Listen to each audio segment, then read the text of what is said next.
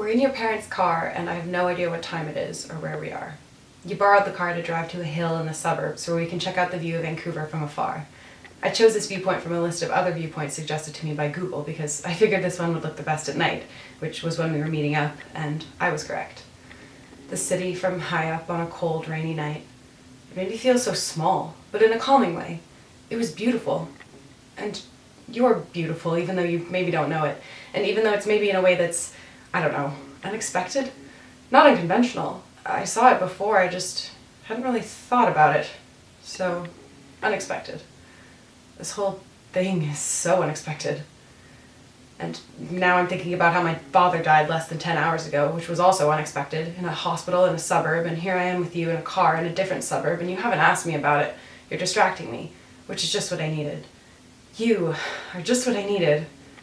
It's funny how the second you give up on a passionate desire for something, that thing appears in your life. The second you don't even want it anymore, that's when it shows up, gift wrapped with your name on it. We're still in your parents' car. I still have no idea where or when we are. Barely a second has passed since I first thought that. My mind keeps racing so quickly I couldn't even dream of catching up with it.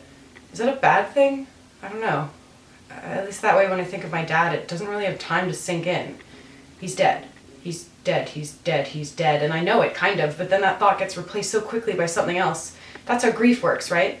You start with denial, but then I catch myself in the rearview mirror and remember I'm wearing all black because I'm in mourning, and because I like dressing according to a theme, I guess.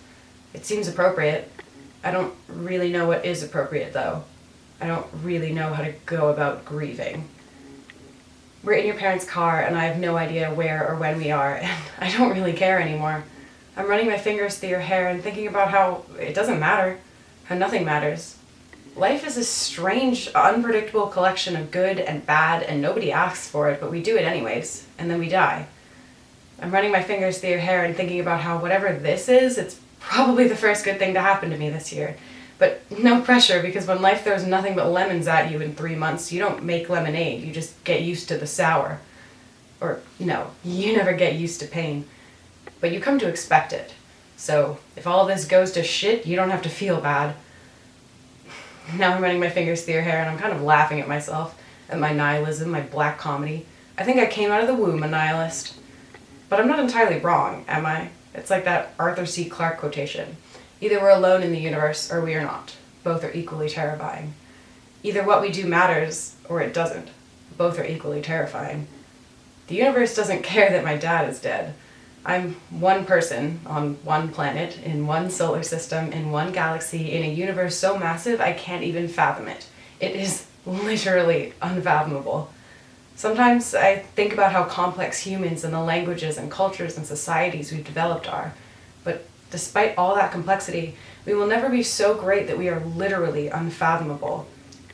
We won't even be great enough that the things we do impact the universe in some big way.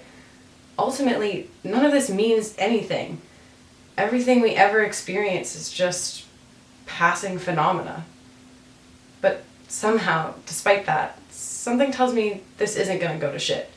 Or, it will, eventually, because everything does. But not immediately.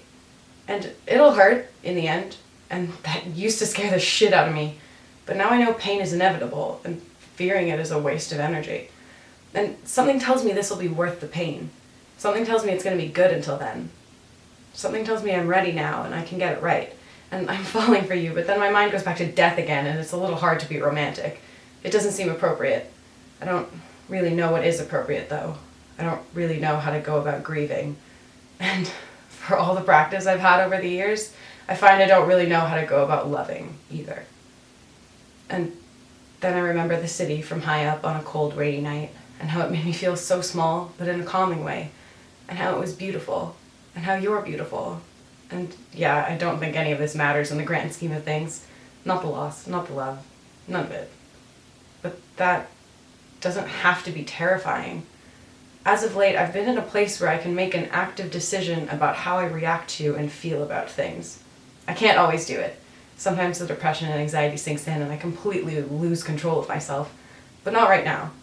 Despite everything, not right now. It doesn't have to be terrifying. I can choose to see it as something else. As liberating. instead of being scared of the void and the blackness, I'm wrapping it around myself like a blanket.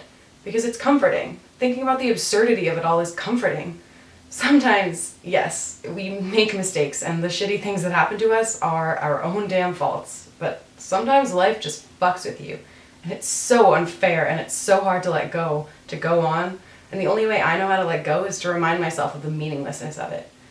I don't need to seek out meaning where there is none. I can simply be. In emptiness, there is so much room for creation. We're in your parents' car, and I have no idea where or when we are, but we're going forward. That's all you can do. And then you make me laugh about something or other, and I remember that I can still enjoy the ride.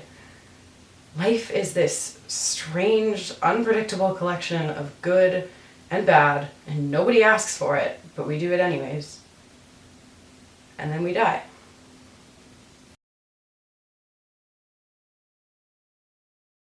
Alternate title, that face when you're a total nihilist whose dad just died, but also you're falling for someone, and you just got a lot of conflicting feelings up in here. You just need to write your own to be or not to be soliloquy. Because you weren't already enough like Hamlet.